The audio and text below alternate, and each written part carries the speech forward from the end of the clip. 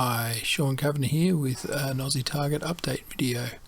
In this video we're going to look at the new features and bug fixes in version 1.5.2.3 of oziTarget in August 2023. First update we're going to have is here in the settings window.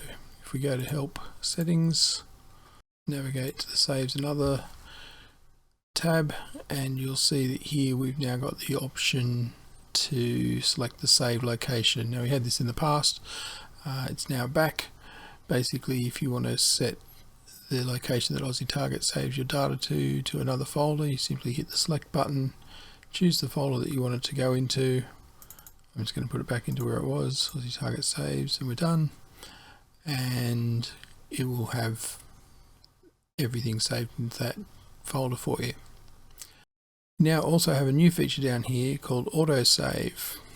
Now Autosave allows oziTarget to save your data at regular intervals, so that if you had a crash or you need to reboot, or you're just forgetful like me and don't save everything at the end of the flight, you can trust that oziTarget has saved that data for you.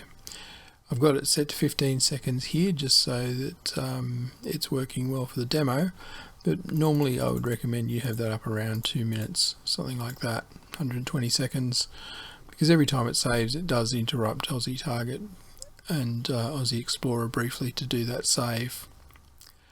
The final part of this is we've got an auto load request option down here, and you probably noticed when you first started oziTarget that it gave you a request, do you want to load the previous flight?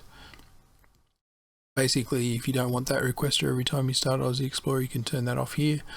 Otherwise, what that does is when you shut down oziTarget, or when you restart oziTarget, for example, and we'll do this here with this map. I've got a whole bunch of information loaded on this map. I've got range rings, tracks, waypoints, markers, all that sort of stuff. And this has been doing auto saves every 15 seconds, so if I close oziTarget, I'll just do this really simply in here. I'll just clear everything off the map, and you'll see that when I restart oziTarget, I will get a requester saying, do you want to load the last auto save? If I say yes, it will go through and bring all of that information back up again so that I'm ready to continue flying. Just a really quick way to get you back up and running again if needed. Now with the autosave feature, every time oziTarget starts, it starts a new session and it will save that autosave data for you in a new folder. That gives you the option of just going to the load selected, pick the autosave that you want to load. So in this case, the previous session we were in was 139.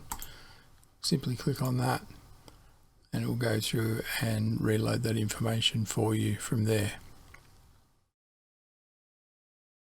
Okay, now if we open up our wind reader tool, one of the areas that we do have a few bug fixes is in the Windpath tool.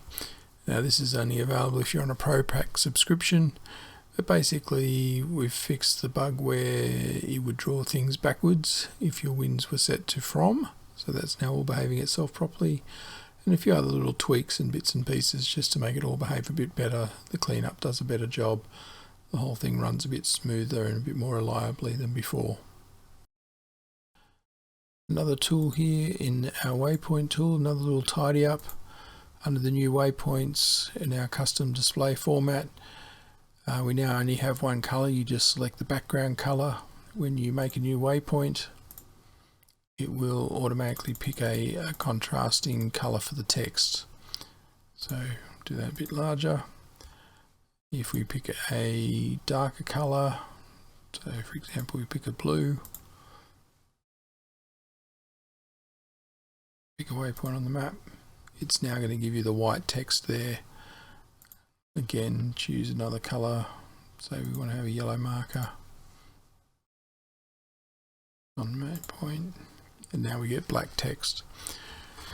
So it's just simplified that for you so that you don't have to pick the foreground color for the text. It does it all automatically and will pick the best contrast for you. Similarly, in the layout adjustment, We can now do that for all of our fields here. So for example, if you wanted to pick a darker color, which you couldn't do previously, you can now do that and it will give you a contrasting text color, again choosing between black and white depending on the value of the background color. It'll just give you a few more options for setting up your tools however you like. There you go. They're the main changes. As always, there's a few other little bits and pieces in the background just to keep it more stable. But thanks for watching.